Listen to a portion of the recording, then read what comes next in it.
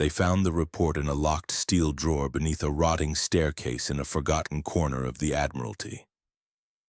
The metal cabinet had rusted through, its hinges fused by decades of salt and damp. But inside lay a single folder wrapped in oilskin and bound with naval tape stiff as bone. The cover bore no operation name, only a line typed in a machine that shook slightly with age. For eyes of Director Naval Intelligence only. No secondary copies, no discussion outside immediate chain. Beneath it, handwritten in a thick, uneven stroke, Frankton, and the last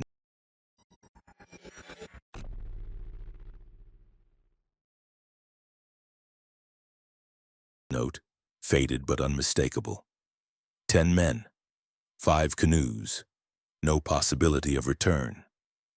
This was the story of the canoe raid on Bordeaux, a mission conceived in desperation, carried out under the shadow of impossibility, and executed by a unit so small, so unknown, and so audacious that even the Allied planners who approved it believed the men were unlikely to survive the week.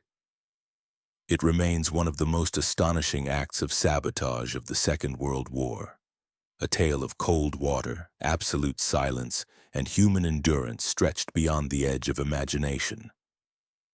The war in Europe had entered its darkest phase. In 1942, German U-boats dominated the Atlantic, sinking Allied convoys with ruthless efficiency. The Kriegsmarine had opened the second happy time, a stretch of catastrophic losses that saw merchant ships burning across the horizon and tankers exploding under torpedo strikes from Cape Town to the Arctic Circle. Britain was bleeding fuel, food, and raw materials. The Battle of the Atlantic hung by a thread, and while U-boats ravaged the sea lanes, the French port of Bordeaux, deep inside German-occupied territory, had become one of the Reich's most vital harbors. Protected by heavy coastal artillery patrolled by German naval infantry and shielded by anti-sabotage units, Bordeaux served as a safe haven for Axis blockade runners. Ships like Tannenfels, Portland, Dresden, and Monte Rosa slipped past Allied patrols carrying rubber, oils, metals, and strategic materials from the Far East. These blockade runners were arteries feeding the German war machine. And the Admiralty's problem was painfully simple. They were untouchable. Land routes into Bordeaux were guarded. Air attacks had failed repeatedly. Torpedoes could not reach the ship basin. Underwater infiltration seemed impossible. The distances were too great, and the estuary too heavily patrolled. Until one unconventional mind within British Combined Operations, Major Herbert Blondie Hasler, proposed an idea so implausible that the senior staff dismissed it outright the first time they heard it. Send a tiny team of commandos in folding canoes, launched from a submarine far out at sea, paddling by night up the Gironde estuary for over 70 miles into the heart of German-controlled territory. They would slip among the anchorage, attach limpet mines, sink the blockade runners, and disappear into France. It sounded like suicide, and it was. But Hasler believed it could work. He had designed the tactics, trained the commandos, tested the collapsible 2-man canoes, called cockles, and prepared for a mission that defied every conventional rule of war. His unit consisted of 12 hand-picked Royal Marines, later reduced to 10. They trained in darkness, cold, and silence, navigating by feel, learning to paddle for hours through black estuaries with nothing but faint starlight to guide them. Hasler warned them of the risk in stark terms. Your chance of survival is small. Your chance of capture is high. If captured, you will likely be executed. Still, every man volunteered. The unit became the Royal Marines Boom Patrol Detachment, an early forerunner of the Special Boat Service. Their training was relentless. They practiced dropping the canoes into rough water, assembling them blindfolded, paddling for 20 hours at a time, hiding underwater with branches for camouflage, and navigating tidal estuaries flooded with mud, debris, and hostile patrols. They lived with one truth: There would be no extraction. The best they could hope for was to escape overland into Spain. And in early December 1942, the order came. Operation Frankton was green-lit. On 30th November 1942, the British submarine HMS Tuna set out with 5 canoes aboard. Catfish, Hasler and Marine Bill Sparks crayfish, Waller and Ellery conger, Sheard and Moffat cuttlefish, McKinnon and Conway coalfish, Laver and Mills. These were the 10 canoe raiders who would attempt the impossible. On 7th December, after days submerged beneath German air patrols, HMS Tuna reached the mouth of the Gironde estuary. The sea outside Bordeaux was black and unforgiving. The wind cut like razors. The shoreline was patrolled. Nazi observation posts dotted the coast. The submarine rose to periscope depth, then surfaced at last light. The hatches opened. Each canoe team climbed out into the freezing air, feeling their muscles tense as they assembled their tiny craft on the rolling deck. Hasler turned to his men and said quietly, "Gentlemen, good luck." One by one, the cockles slipped into the freezing water. Immediately, disaster struck. Heavy surf smashed into cuttlefish, filling her with water. The canoe was destroyed and the men were forced to abort. Their mission ended before it began. The remaining 4 canoes paddled into the darkness, entering the Gironde with only the faint glow of distant towns marking the horizon. The first night was murderous. The tide hammered against them. The paddlers fought the current, the wind, and the weight of their equipment. By dawn, the men were exhausted, numb, and disoriented. Worse still, conger capsized in the swirling tide. The boat was lost. Sheard and Moffat fought to stay alive in the freezing water, clinging to debris until Hasler's canoe reached them. The men were hypothermic. The mission could not risk slowing. They were given emergency rations, medical warmth, and then, reluctantly, left ashore to attempt escape. Of the original 5 canoes, only 3 remained. The raiders hid among reed beds during the day, avoiding German patrol craft that combed the estuary with searchlights. At night, they paddled again, past fishing villages, German sentries, sandbars, and tidal waves that flipped canoes like driftwood. By the 3rd night, crayfish was gone, likely overturned or lost in the swirling black water. Waller and Ellery attempted to reach shore. They were later caught, interrogated, and executed under Hitler's commando order. Now only 2 canoes remained. Catfish and coalfish, 4 men. They pressed onward. 20 miles to go. 10 miles. 5. The men slept only minutes at a time, curled beneath marsh grass, hidden from patrols searching for saboteurs rumored to be in the area.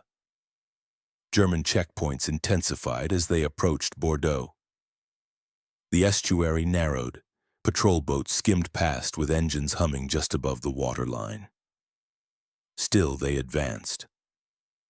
On 11 December, Hasler and Sparks reached the outskirts of the Bordeaux harbor. The long, black shadows of Axis blockade runners emerged through the night mist. Ships were moored in neat lines, German and Italian vessels loaded with strategic cargo destined for Europe. Crawling with naval guards, guard towers above, searchlights sweeping the quays, a harbor built to repel saboteurs.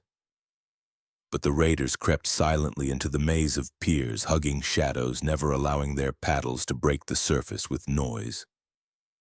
Just after midnight, the 2 surviving canoes split up. Hasler and Sparks and Catfish paddled toward the largest hulls, Tannenfels and Portland. Laver and Mills and Coalfish approached others. Dresden, Biarritz, and Asuncion.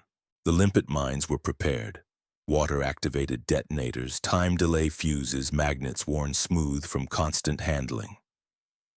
The raiders worked underwater, feeling the steel hulls looming above them. The water was icy enough to numb their limbs within minutes. Their hands shook as they fixed the mines beneath the ships. At Euro 45 hours, they finished.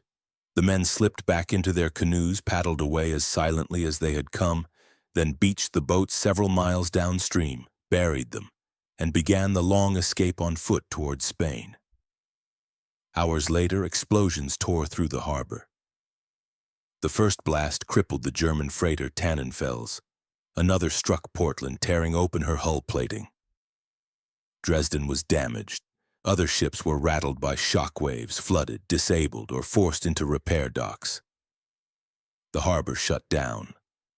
Axis shipping froze, convoys diverted. The French resistance spread rumors of an Allied amphibious force approaching. The chaos was total. Of the 10 canoe raiders, 8 were dead or captured. Only Hasler and Sparks survived long enough to reach Spain, trekking for weeks through forests, marshes, enemy patrol lines, and freezing mountains. They crossed into Spain, were arrested by border guards, escaped, recaptured, escaped again, and finally reached Gibraltar.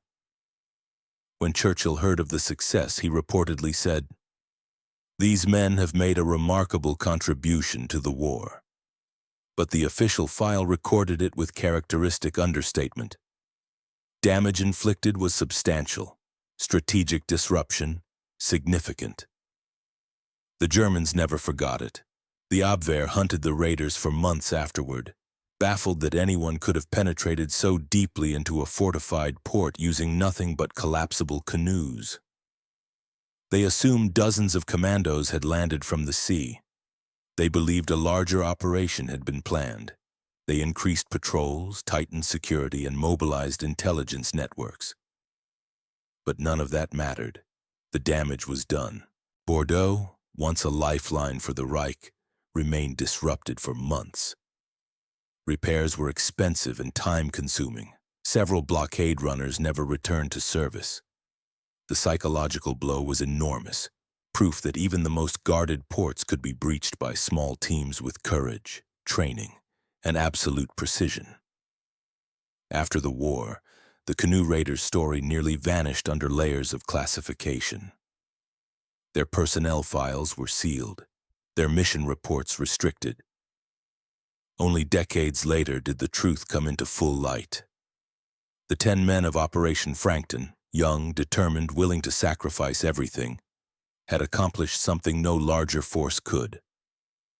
They had crept through icy water, paddled for miles through enemy patrols, and struck a strategic blow far larger than their numbers.